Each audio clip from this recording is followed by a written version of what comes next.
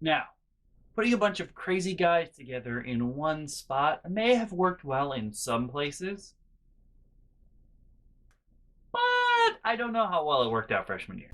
If you thought crazy stuff only happened to me when my family was around, you'd be sorely mistaken. I've always been a magnet for crazy, especially during the school years. Remember how I said my door was always open as a freshman? That led to some pretty interesting experiences with, people just walking in and having conversations with me and doing stuff while I'm doing stuff. So this one night, one of my suite mates, or one of my future suite mates, because freshman year I only had one roommate and I was blindy.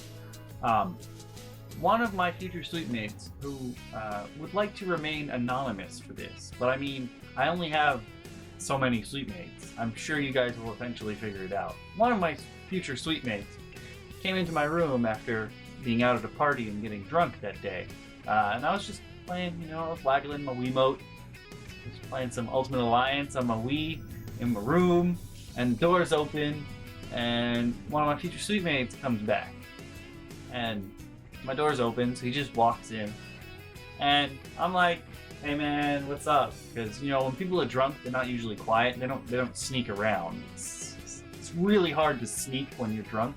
Oh, "Hey man, what's up?" And I see he's gone. Like, he's gone. Sort of stumbles into my room, and he's like, "Man, I love you." And when you're drunk people are the best for telling you that they love you, man. That's what drunkenness is all about. It's about that love. That love.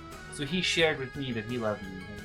And I was sitting in my chair, he kind of like draped over me, and he just started to rub my nipple. And I kept going. Whatever. I've had stranger experiences. It's fine. He's drunk. Whatever. I had my shirt on. It's not like I was topless. I wasn't sitting there with the door open naked. Like, that's a bit too far for me. That's just a bit too far.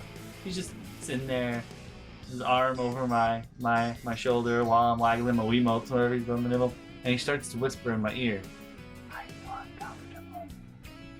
And let me tell you, I don't know if it's been apparent so far, but it takes quite a bit to rile me up. So he sat there for at least a half hour. I remember beating the entire level with him draped over me, rubbing my nipple, asking me if I was uncomfortable yet.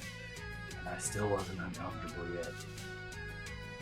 Now, one thing I've already told you is that my alma mater, like the town it's from, very well known for being like a haven for the LGBTQ. That's too many letters. You guys gotta shorten it so I can figure out what it is. Because I'm stupid and, it's too many things. There's too many things all in one. Whatever. Very a safe haven for that community. But it's also a safe haven for hippies. Like where my dorm was and where the other newer dorm was, because there's actually another new dorm there. Now there's three, or there's just two when I was there. Where those were called the tripping field back in the day. Like some of my friends' parents are like, "Hell yeah, I hung out at the tripping field," and you're like, "What?" And they're like, "Where your dorm was, duh." And you'll be like, "Oh, okay." There are a lot of alien sightings out there too, but I think, being the tripping fields probably wasn't actually alien. Yeah, it's a pretty big drug hippie haven, so if you might have guessed, I've met quite a few people who, partook of the marijuana, among many other things. But my roommate at the time, Blindy, he really liked to get high in my room with his friend because I had a fan. I brought a fan from home. It would be in the window, and it would just blow all that shit out there. But unfortunately, this also meant that he was doing it on my side of the room on my bed. So my bed, if someone wasn't sleeping in it and I wasn't there, someone was probably getting high in it while I wasn't there. I would come home, I'd come back like real late, and I'd just like walk into the room, go to sleep. I didn't like come back and hang out in my room. I would just come back to the room, go to sleep.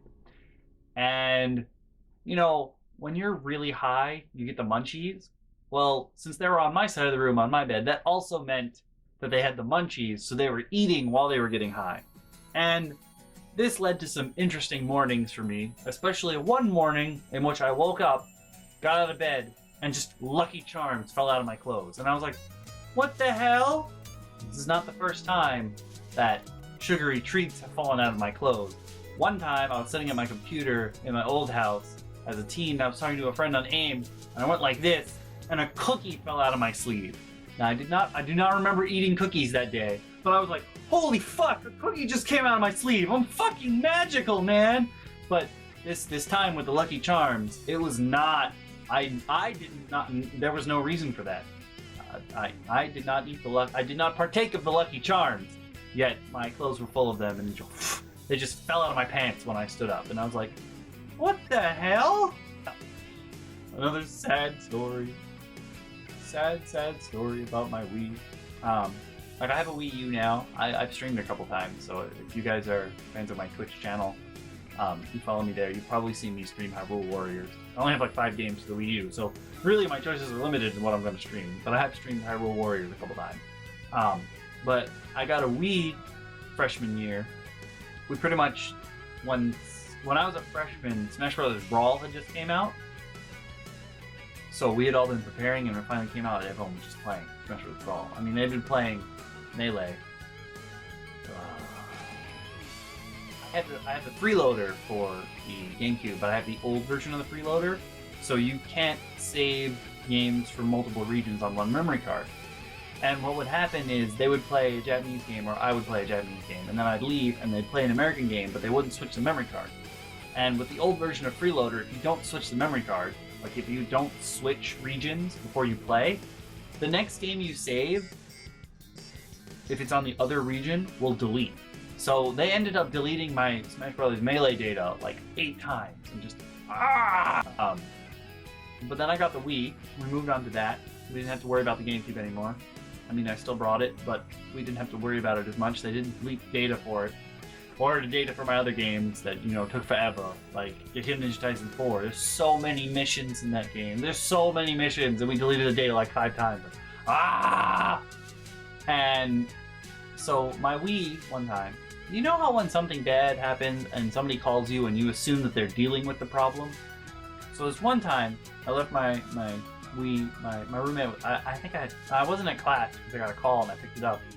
But I was out, and my roommate called me and he's like, hey, I spilled Coke on your Wii. And I'm like, oh, that sucks. Clean it up, whatever. I'll deal with it when I get home. And he came back to the room. Now, when he said he spilled Coke on the Wii, because the Wii was on the floor at the time, I assumed that meant he, like, knocked over a can and it was like, and it splashed. No. He, like, emptied a can of Coke on it. Like, it was covered, and it was so sticky and gross and nasty, and he didn't clean it at all. He just called me to tell me that he spilled Coke on the Wii. No, when you called me to tell me that you spilled Coke on the Wii, I assumed that meant you were cleaning that shit up.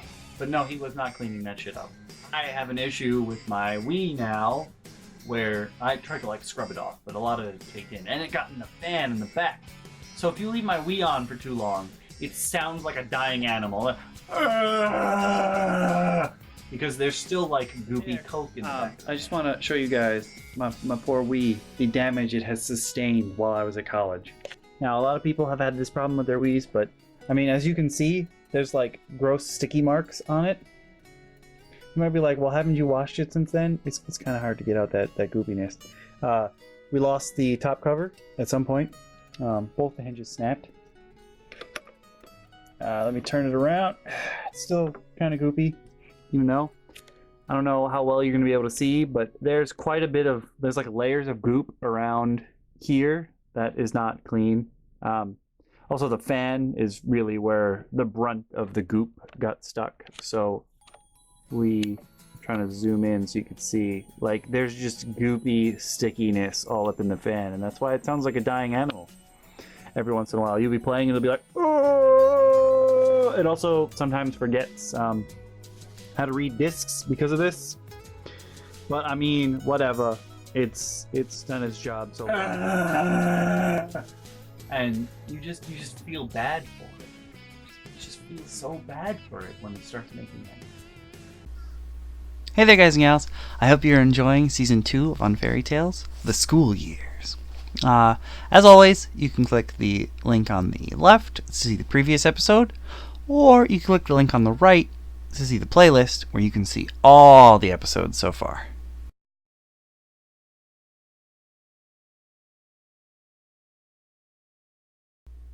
I got into way more fights in high school than I did in college. Didn't everyone?